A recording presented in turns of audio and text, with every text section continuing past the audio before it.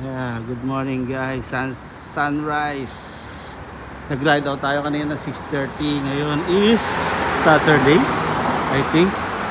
So Saturday ngayon. So tagal din tayo hindi ride. Alos isang buwan kasi sobrang init. Kaya namimili tayo ng oras. Kaya ngayon nag-ride out tayo sa umaga. So nandito tayo sa Udmeta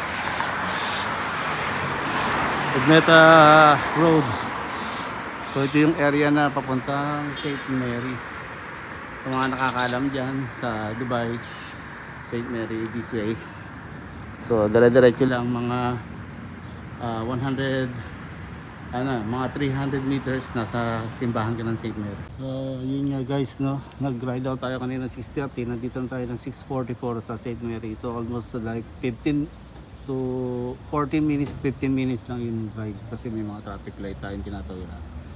Bumababa tayo doon at tayo naglalakad lang. Hindi tayo po pwedeng tumawid ng pedestrian na nakabike pa rin. So disabled tayo sa bike, walk lang. So dito nga tayo, ayan, metro. Yun yung metro kanina na dinaanan natin doon sa may Udmeta Road. So nandito tayo sa Udmeta sa may St. Mary Catholic Church. Lagi tayo pumupunta dito pag nagbabike. So dumadaan muna tayo kung saan man tayo pupunta. Dito muna tayo nagpapauna ng daan. So guys, nandito tayo sa The Frame.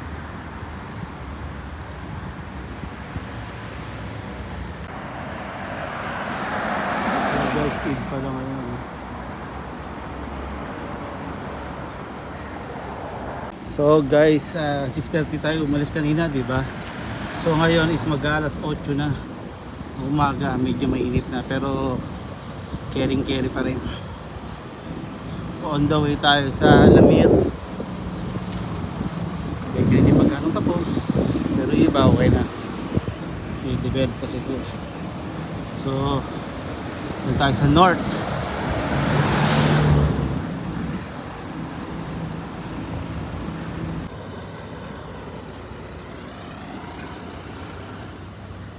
Sa Lamir ako ngayon, Lamir.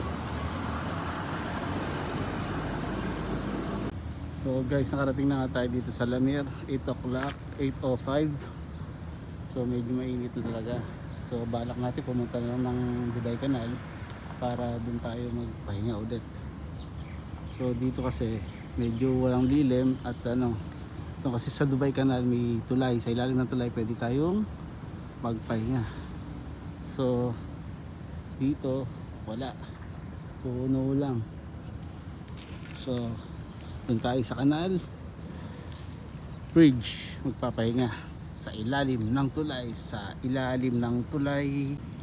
Ang naman lang dito talaga sa Lamir, meron ditong wifi, may signal. So parang naka-open wifi siya, public. So pwede kang makapag-connect kahit pa paano, may ma-receive ka message. Pero totally wala akong data dahil titipid tayo. Kaya lang tayo, hack lang tayo ng data ng wifi. Dito guys sa Lamir, sinarado na nila, wala nakapag-swimming dito. Sinarado na nila yung ilagyan nila ng barricade sa open beach. So wala nang pwedeng mag-swimming dito hanggat hindi ito siguro tatapos.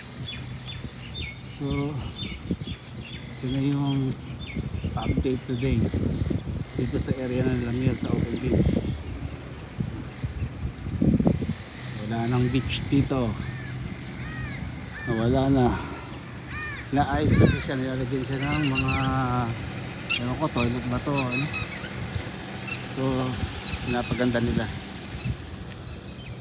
So guys, now is diretso na tayo ng Dubai Canal sa ilalim ng tulay. Doon tayo magpapahinga at sana makarating tayo ng maayos doon. Pero malapit na dito yun, karugtong